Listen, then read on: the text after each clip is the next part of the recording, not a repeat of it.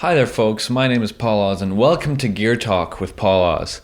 Today our topic is going to be what Neural DSP plugin do you want to see come next? And so before we begin, I just want to say this podcasty videocast thing is mostly to start a dialogue with the community out there and to talk about gear. It's a really fun thing. This is a brand new series. This is episode 1, and let's begin. So when it comes to Neural DSP stuff, I would say just so that folks out there know, I am an artist with Neural DSP. And so there is a sense of like, oh, but are you biased? And I don't think really that I am. I think I like to use gear that I like to use. That's really what it comes back to. I just really particularly do like Neural DSP and trust them and trust them for my tones, right? So a lot of the times I would sit down, I'm just looking at my notes here. A lot of the times I would sit down and load up the Nameless suite and be able to get a really great tone with my 8-string guitar, for example, my Aristides 08OS. And that has some bare knuckle pickups in there, right? These are some pickups based off of the Holy Diver and the Emerald, I think it was. And in an 8-string, that works so well for so many different genres, right? Like I've played progressive metal, I've played jazz, I've played so many different sounds, different things in terms of improv. I've played so many different things with it. But ultimately for extreme metal, which is what I like to play, it doesn't really work. It just doesn't saturate enough. And that's a shame because it's like, man, this guitar is otherwise perfect, you know, and I'm still like debating with myself whether I should change pickups or not. And so the question comes to this, like, what do I do? Like, do I change pickups or do I hold out for a different plugin? Do I buy a guitar pedal, you know?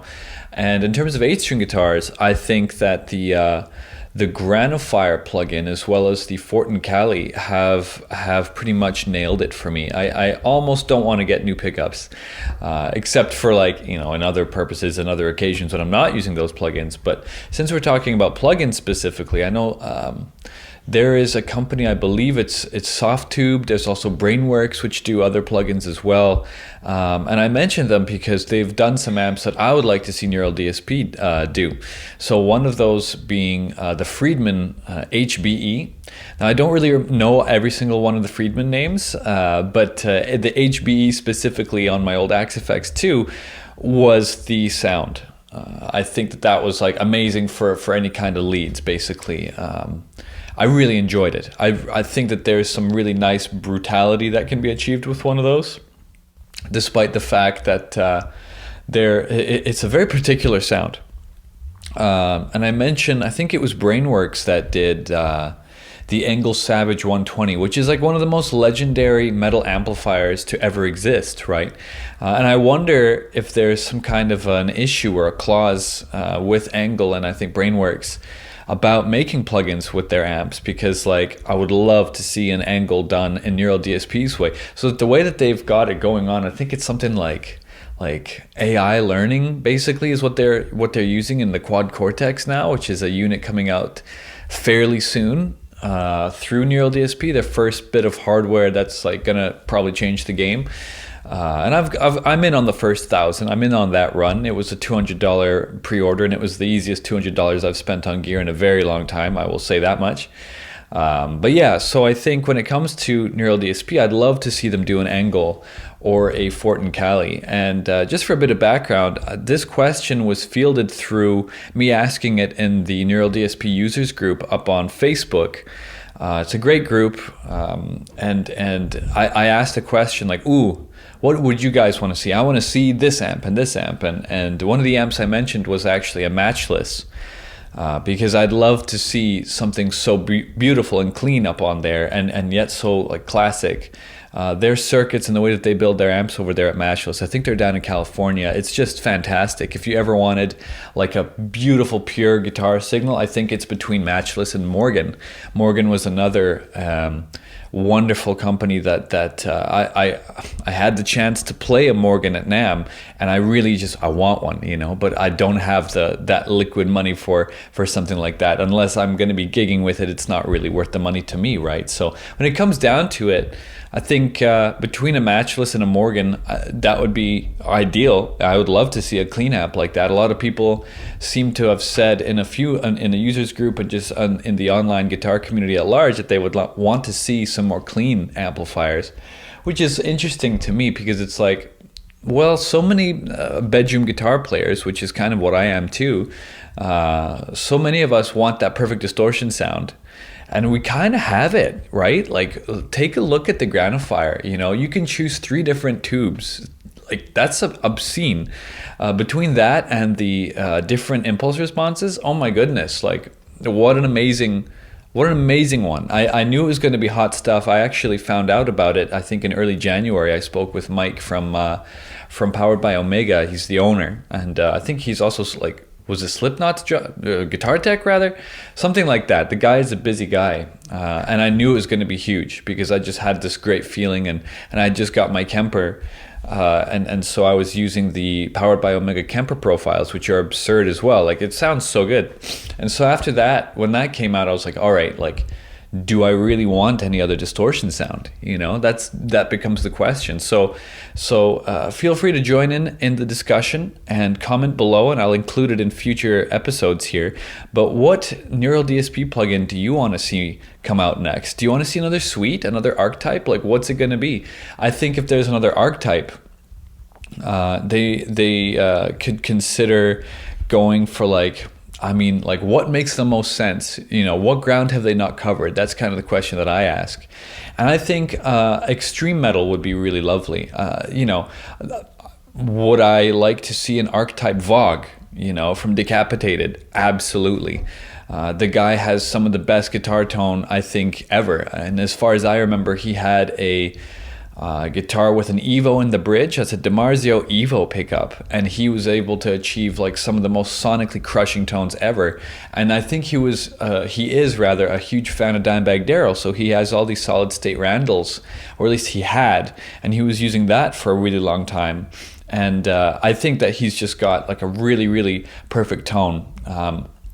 Ultimately, that would be my dream, you know, to see someone like that on the roster. Because, like, take a look at it again, right? Like, they have Nolly, they have Pliny, they have Tosin Abasi. Those 3 are like huge in that prog metal kind of game. They've got that locked down, you know. So in terms of extreme metal, I think it can only get more extreme, to be honest with you. And Decapitated's tone is so specific to them, and there's so much like harmonic richness and density to what they do. It's absurd, right? And one could argue that the Fortin Nameless is really reminiscent of Meshuggah, right? And of the Meshuggah amp, and therefore Frederick Thorndahl's sound. But it's not an archetype. It's not an archetype Frederick, because I think if there was an archetype Frederick Thorndahl, which I would love to see, don't get me wrong, I think it would need to have some of the crazy pedals that he likes to use for his lead tones. There's a crazy video on YouTube with the Pigtronics something or other, and it's just like the synth that follows his guitar sound, and it sounds absurd. It sounds really, really huge. So that's a really cool concept, I think, right? So I think that's what I'd like to see next, is like a Class A clean Morgan or Matchless. Someone I remember mentioned on the Facebook question that I posed, they'd love to see a Dumble. And I was thinking, well, if we're going to get ridiculous, why not, you know, do an amplifier that's like barely in existence anymore, like a DAR. But then, you know, the DAR stuff, that's all, you know, never going to happen. That's one of those impossible things, right?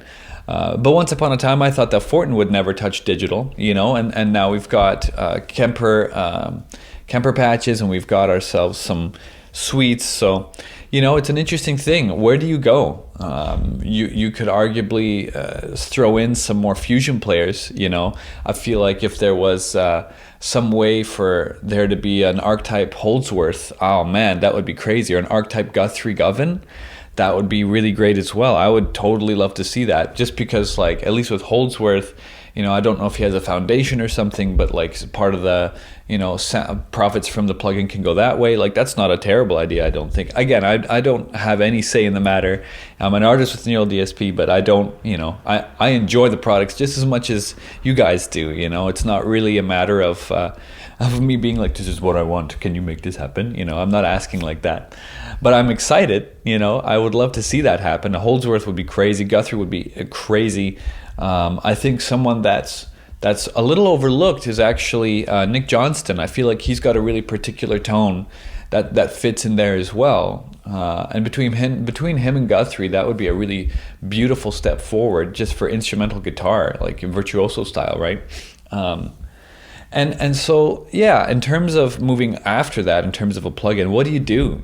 Do you go back and replicate ancient Marshalls and Fenders and things like that? Do you try to replicate the Sun amp, even though the people who actually like those amps don't believe in digital? There was a group on Facebook that was called the something about the amp worship cult or something like that, and there is a group of people who are so directly invested in 300 watt massive amps and things like that to play their doom metal riffs. It's like, how do you replicate that? You know what I mean? So I don't know if that's even remotely possible, but it's a thought. Like, if we get to that point, what's going to happen? That's the way I like to think about it. And so, yeah, a couple of things that I did at NAMM was to talk to a couple of the Neural DSP guys, and I talked to Mike Fortin as well, and I got to hang out at the booth, and Mike is a really, really lovely human being. What an amp genius, right? I believe they're working on a port or a way to port over all the plugins and suites from the suites into the Quad Cortex rather, and I think that's going to change the game for a lot of people, because how many people have I seen posting threads, oh man, when's MIDI coming, oh man this, oh man where's the tuner? There's like a running gag that there needs to be a tuner in every plugin, and it's like, dude, get a tuner. But so being able to use the Fortin Nameless suite live, wow, I think that'll definitely make people excited. To be able to use the Groundifier plugin live would be absurd. I think that would be extremely powerful. Just running that through front of house and through your direct monitoring, like, good to go.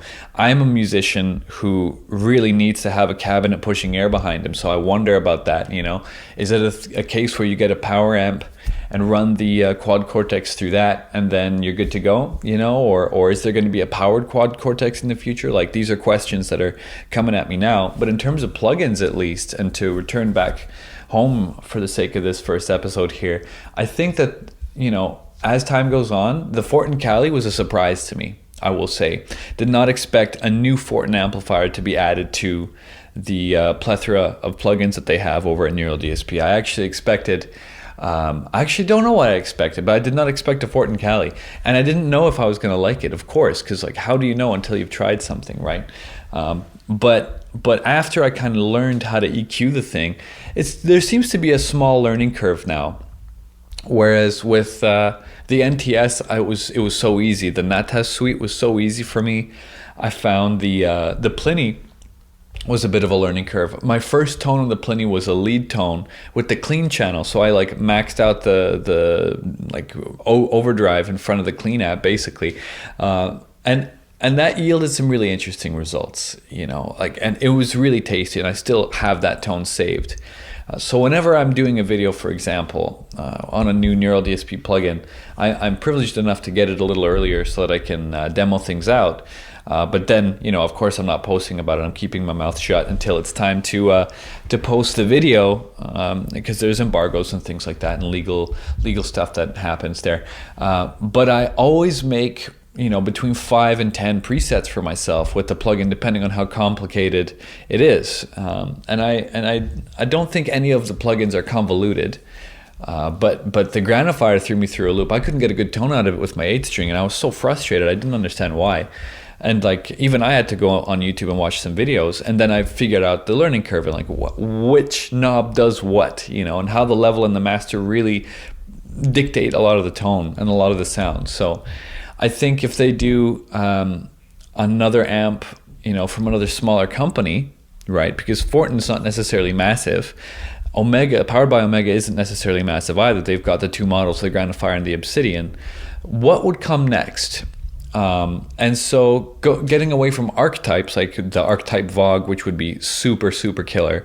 I think if they did something with Dover amps or with Rev, we would be like the most blessed fan base cult of a company, right?